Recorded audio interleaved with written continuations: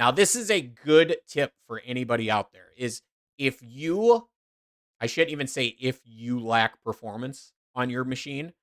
What I'm going to tell you is when you get into really starting to program parts and you're pushing your computer to its max, I'm going to show you a couple of tips. One, you have to have a dedicated GPU because you're going to want to do a simulation before machine simulation. And the reason for that is with fast GPU simulation, my goal is to make sure things like my stock looks appropriate. Now, you guys are going to see something crazy here in a minute is I'm going to crank my settings and you're going to notice one big thing I do that is going to help you a ton. So we're going to turn my accuracy all the way up. And what you're going to notice is every time I adjust my accuracy, I get what's called stock reference calculation, but I also have what's called a verification that happens. So again, if you guys want to see this here is we're going to go in and I'm going to hit simulate. And down here in the bottom right corner, it's doing a verification automatically. So if you wait until this verification is done, I promise you your machine simulation will run 1,000% better because, and this is going to be the big thing that pros start to do when you get to my level is I don't need to simulate this. I really don't. And the reason why I say that is every time I start to drag this toolpath or if I hit play here, you're going to notice that I'm going to pause and then it's going to calculate my stock and then boom, it takes me to the current position I'm in. I turned my accuracy up as high as possible. But what was really handy is I can jump to places and then you'll notice this little blue line underneath will calculate my stock and then boom, my stock is calculated. But my verification is already done. This is the part I want people to understand is once your verification is done, unless I'm really concerned about surface finishes, I can actually just jump straight to the point where those verification issues happen, right? Again, the stock is going to catch up when the stock catches up. As you guys are seeing right now, it looks like we have a issue where we don't have enough of a lead in, lead out situation, which is why I have a rapid move into stock right now. So we are rapiding down into that part profile and causing that dilemma. Again, tool holder. Notice how fast I am jumping right now through my program to verify that that just isn't going to work, right? So as you're seeing is this is so much simpler at the end of the day is the moment you open this up, and I'm going to do this now on the machine sim side. You guys are going to notice this is when I go to simulate with machine, we got to get a machine. TRT 160. There we go. Let's fingers crossed this one isn't damaged. We could always go back. Heyo, TRT 160. There's our part. Let's just get it up away from our vise a little bit.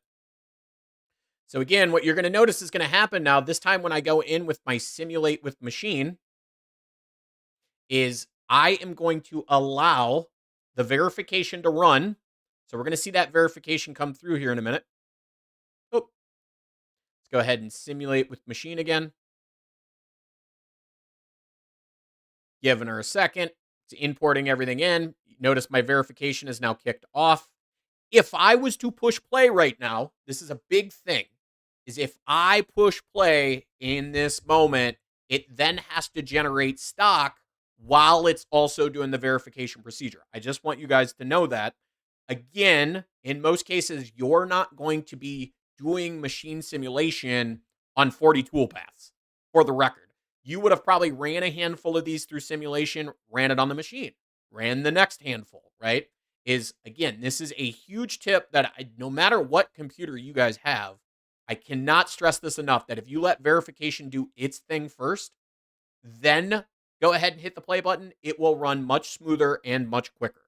So again, we're going to give this a few more seconds. It's a great time for me to jump over and, of course, tell you guys that as some of you have done, you guys can sign up for memberships now. We did set up the membership system to also reflect the beer, steak, and lobster program that if you come on here, you ask some questions, find out something new, and you guys aren't necessarily in a position to buy a support package or custom training or anything of those other sorts, but you want to help support this channel so that we can keep the content free and open to the public, you can do so through memberships. You can also do so through our web portal and buying me things directly. I don't know about you guys, but I've had to give up the Busch Light a little bit lately. I have moved on to a little Voodoo Ranger, and it has been nothing but a good time the last couple of weeks.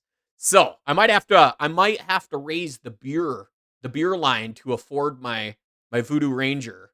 But as you guys are seeing, my verification is now done. Again, if I was to hit play right now, this thing is going to run actually very smooth. I used to joke about this at the end of the day is I believe that this machine simulation actually runs smoother than the other simulation up until they put GPU simulation in the box, right? But as you guys are seeing, we're actually hitting the coolant nozzle here, which is again hilarious to me. But as I said, is basically what I would do is I would rip through here right now, looking at stock Z.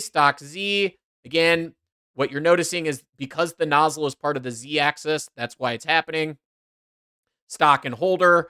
I am almost instantaneously jumping to different parts of this toolpath. And then, yes, the stock does need to catch up.